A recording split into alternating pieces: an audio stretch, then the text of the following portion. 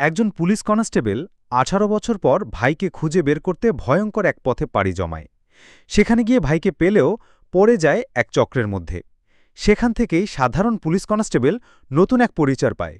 কি সেই পরিচয়, তা না হয় কিংডম মুভির এক্সপ্লেনেশন থেকেই জেনে নেবেন। তাহলে এবার পুরো গল্প শুরু করা যাক। গল্পের শুরু ১৯২০ সালে শ্রীকাকুলামের উপকূলবর্তী অঞ্চলে, যেখানে এক শক্তিশালী গোষ্ঠী কোস্টালরা শান্তিতে বসবাস করছিল। হঠাৎই সেই শান্তি ভেঙে চুরমার করে দেয় ইংরেজ শাসকেরা। এই এলাকায় বিপুল পরিমাণে স্বর্ণ পাওয়ার গুজব ছড়িয়ে পড়ে, আর সেই স্বর্ণের লোভে ঝাঁপিয়ে পড়ে ব্রিটিশ বাহিনী। কিন্তু কোস্টালরা সহজে হারমান জাতি নয়। তাদের রাজার নেতৃত্বে এক ভয়ঙ্কর প্রতিরোধ গড়ে ওঠে। রাজার নিজস্ব সেনাবাহিনী বুক চিতিয়ে লড়ে, তবে অস্ত্রশস্ত্রে পিছিয়ে থাকায় শেষ পর্যন্ত রাজাও পড়ে যান ব্রিটিশদের গলিতে।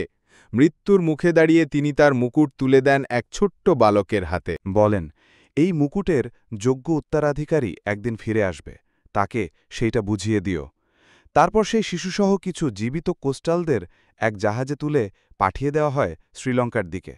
রক্তাক্ত রাজা মাটিতে লুটিয়ে পড়েন, আর সেখানেই ১৯২০ সালের অধ্যায় শেষ হয়। ৭০ বছর পর ১৯৯১ সালের হায়দ্রাবাদ শহরে গল্পের দৃশ্যান্তর হয়।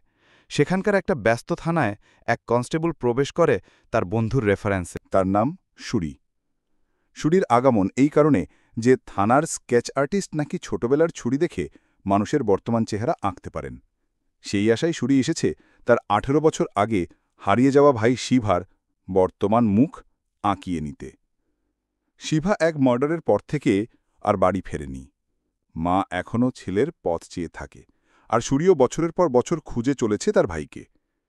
ঠিক সেই সময় থানায় প্রবেশ করে এক বৃদ্ধ, যিনি তার নাতির সন্ধানে বারবার পুলিশের কাছে এসে ধর্ণা দিয়ে চলেছেন। কিন্তু হঠাৎ ইন্সপেক্টর এসে বৃদ্ধ লোকটিকে ধাক্কা দিয়ে মারতে শুরু করে। আশেপাশের কেউ কিছু বলার সাহস পায় না। সেই মুহূর্তে বন্ধুর কাছ থেকে সুরি জানতে পারে বৃদ্ধের নাতি আসলে এক বড় অপরাধের সাথে জড়িত। তাকে এনকাউন্টার করার জন্য ধরে নিয়ে আসা হয়েছে। অবশ্যই এটার কোনো কেস ফাইলও করা হয়নি। সুরির ভেতরে তখন কেমন যেন একটা মায়া কাজ করে ওঠে।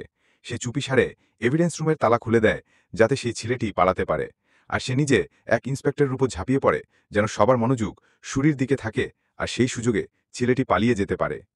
একপাশে দাঁড়িয়ে বিস্ময় নিয়ে তাকিয়ে থাকে বৃদ্ধ লোকটি সুরির দিকে। সুরি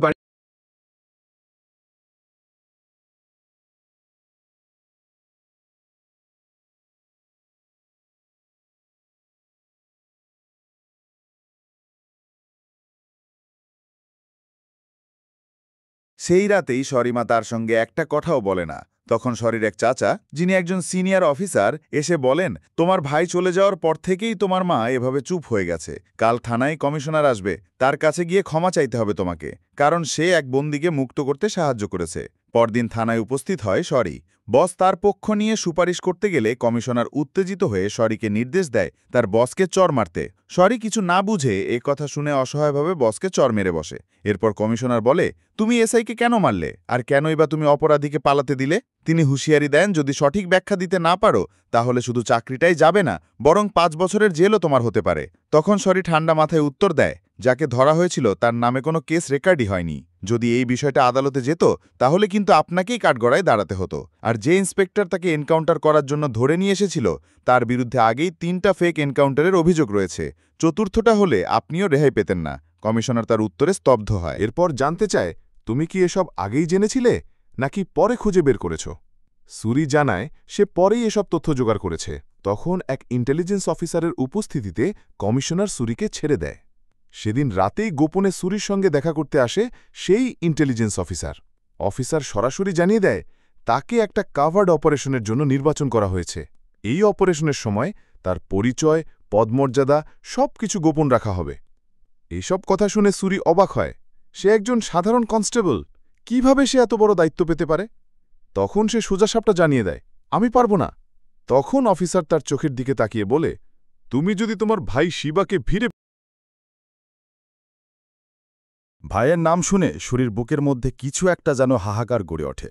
মনে পড়ে সেই শৈশবের দিন, যখন তারা দুই ভাই একসাথে দৌড়াত, খেলত, হাসত। একসময় ফ্ল্যাশব্যাকে দেখানো হয় শিভা ছোটবেলায় তাদের বাবাকেই মেরে ফেলে, কারণ তাদের বাবা দিনের পর দিন তাদের মাকে নির্যাতন করত।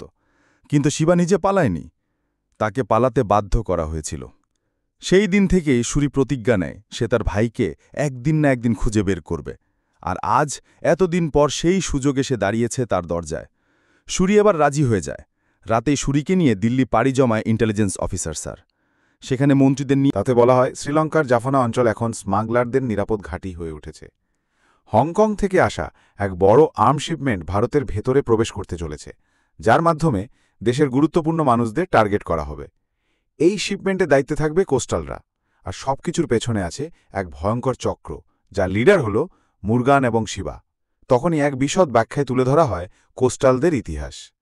1920 সালে ইংরেজদের কাছে পরাজিত হয়ে শ্রীলঙ্কা দেবী নামক এক জায়গায় তারা পালিয়ে যায়। এরপর সেখানেও যুদ্ধ, অভাব এবং পরিচয়হীনতার যন্ত্রণা পেয়ে তারা অপরাধ জগতে পা রাখে।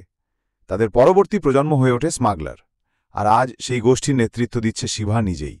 এরপর সরকার সিদ্ধান্ত নেয় এই চক্রকে থামাতে হবে। তাদের ভেতরে ঢুকে, আর সেটা সম্ভব একমাত্র শিবার ভাই সুরির মাধ্যমেই। এরপর শুরু হয় সুরির কঠিন ট্রেনিং পর্ব। কড়া নজরদারিতে শারীরিক ও মানসিক চাপ পড়ে তার। অন্যদিকে দেখা যায় দিবি শহরের কোস্টালরা নিজেদের অস্তিত্ব রক্ষা করতে গিয়ে রক্ত হারাচ্ছে। তাদের কেউ একজন মুকুটের সামনে দাঁড়িয়ে হতাশ হয়ে বলে ওঠে, আর কত প্রাণী পাবে যাবে, আমাদের রাজা কবে আসবে? এই প্রতি দৃশ্যেই যেন ভবিষ্যতের ইঙ্গিত লুকিয়ে থাকে।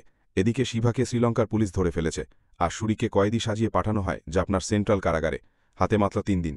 এই 3 দিনের মধ্যে যেভাবেই হোক শিবাকে খুঁজে বের করে দেশে ফিরিয়ে আনতে হবে। জেলে ঢোকেই সুরি শিবার লোকদের সঙ্গে গণ্ডগোলে জড়িয়ে পড়ে, আর সেখানে প্রচণ্ড মারধর শুরু হয়। মূলত সুরি এটা ইচ্ছে করেই করে যাতে তার ভাই শিবার দেখা সে পায়। সব খবর পেয়ে শিবা নিজেই সুরির সামনে এসে দাঁড়ায়।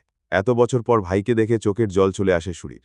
কিন্তু এরপর যা হয় তা শুধু যুদ্ধ নয়, রক্তের সম্পর্কের জটিল লড়াই। 2 ভাই একে অপরকে আঘাত করে। একসময় শিবা সুরিকে আঘাত করে সুরির পেটে, কিন্তু সুরি রক্তাক্ত মুখে বলে, হয় আমাকে মেরে ফেলো, নয়তো আমার হাতে তোমার মৃত্যু হবে। এই কথা শুনে থমকে যায় শিবা। নিজের হাতে ছুরি টেনে বের করে, অন্য কেউ মারতে এলে তাকেও থামিয়ে দেয়, আর জানায় ও আমার ভাই। তখনই সেখানে পুলিশ চলে আসে, আর সেদিনের মতো 2 ভাইয়ের আর কথা হয় না। রক্তাক্ত সুরি জেলের মেঝেতে বসে পড়ে সুরি, আর শিবার মুখের দিকে তাকিয়ে থাকে নিঃশব্দে। সেদিন রাতেই ভাই শিবার দেখা করতে যায় সুরি। এত বছর পর সুরিকেই জেলখানায় দেখে শিবা অবাক হয়। সুরি দেখায় তার কাছে থাকা ছোটবেলায় ছবি, তারপর জিজ্ঞেস করে, এখানে কিভাবে আসলি? যা, মায়ের কাছে ফিরে যা। তখন 2 ভাইয়ের মধ্যে অনেক কথোপকথন চলে। সুরি অনেক অভিমান করে তার ভাইয়ের উপর। সে বলে গত 18 বছরেও একবারও সে তার ভাইয়ের কাছে আসেনি, মায়ের কাছে আসেনি। শিবা জানায় তার পরিস্থিতিটা সেরকম ছিল না। এটা বলে সে আবারও মায়ের কাছে ফিরে যেতে বলে ভাইকে। তখনই সুরি আবেগে ভেঙে পড়ে, বলে মা তো 2 বছর আগেই মারা গিয়েছে। মূলত সে তার ভাইকে ইমোশনাল করার জন্য কথাগুলো বলে। সেদিনই জেলখানায় সুরির সাথে দেখা করতে আসে ইন্টেলিজেন্স অফিসার। এবার সুরিকে এক নতুন টার্গেট দেয়। অফিসার সুরিকে তার ভাইয়ের ফ্যামিলি ব্যাকগ্রাউন্ড দেখায়। শিবা বিয়ে করেছে কোস্টালদের একজনকেই, যার নাম গৌরী। তবে তারা সবাই হোস্টেজ সিচুয়েশনে আছে, অর্থাৎ শ্রীলঙ্কার দেবীতে সব কোস্টালবাসী বন্দী রয়েছে শ্রীলঙ্কার বড় স্মাগলারের কাছে। তাছাড়া সেখান থেকে কোনো মহিলা শহরে পর্যন্ত আসতে পারে না। ইন্টেলিজেন্স অফিসার তাকে এটাও বলে যে শিবা এবং তার পুরো ফ্যামিলিকে দেশে ফিরিয়ে আনার জন্য তাকে অনেক কষ্ট করতে হবে। তারপরেও ইন্টেলিজেন্স অফিসার জানায়, এই ব্যাপারটা কিন্তু শুধু তোমাকেই দেখতে হবে। তারপর এক নতুন আইডি কার্ড দিয়ে জানায়, তুমি শিবার ফ্যামিলি হয়ে কোস্টালদের মধ্যে ঢুকে যাবে। তারপর আগামী 10 দিনে সকল খবর আমাকে ইনফর্ম করবে। এসব বলার পর একটা নম্বর দেয় অফিসার। জানায় যদি কখনো তাকে আর্মিরা ধরে, তাহলে এই নাম্বার আর ওয়েবসাইট কোড নেম ইউজ করে। সাথে তাকে আরও জানায় ডক্টর অনু নামে একজন স্পাইকে সবকিছু ডিটেলস করে জানাবে। অফিসারের কাছ থেকে এসব ইনফরমেশন এবং প্ল্যান পেয়ে কাজে লেগে পড়ে সুরি। সে ডেভি যাওয়ার জন্য ঘাটে আসে কোস্টালদের একজনের সাথে। এসে দেখে ডক্টর অনু এক কোস্টাল প্রেগনেন্ট মহিলাকে শহরে নিতে চাইলে মুরগান তাদেরকে বাধা দেয়। এই মুরগান সম্পর্কে সুরি আগে থেকেই জানে। মুরগান এবং তার ভাইয়েরা স্মাগলিংগুলো চালায়। তাছাড়া তাদের হাতে জিম্মি কোস্টালরা। তাই ওই অসুস্থ মহিলাকেও হাসপাতালে যেতে বাধা দেয়। উপায় না পেয়ে অনু সেখানে বাচ্চা প্রসব করায়, কিন্তু বাচ্চার কন্ডিশন অনেক খারাপ থাকে। তাই অনু জানায় বাচ্চাকে হসপিটালে শিফট করতে হবে। এই খবরটা জানানো হয় সুরির মাধ্যমে, কারণ সুরি এবং অনু আগে থেকেই কানেক্টেড। সেই সময় সুরির শরীরে রক্তের দাগ দেখতে পেয়ে সুরিকে হাসপাতালে আসতে বলে ডক্টর অনু। এরপরেই সুরি পা রাখে দেবীতে। এসেই আগে সেই রাজার ভাস্কর্যের দিকে তার চোখ যায়, কিন্তু সুরিকে দেবীর মানুষজন ঠিক মেনেই নেয় না, কারণ সেখানে বহিরাগত কেউ অ্যালাউড নয়। শিবা তাদেরকে জানায় এটা আমার ভাই। তারপরেও অন্য সবাই বলে কোনো কিছু যদি উল্টোপাল্টা হয় তাহলে কিন্তু তার খবর আছে। সুরি এরপরেই পরিচিত হয় তার ভাবির সাথে। সেদিন শিবা সুরিকে বলে, তোকে সেন্টার পয়েন্টে নিয়ে যাব, রেডি থাকিস। এই তথ্য পাওয়া মাত্র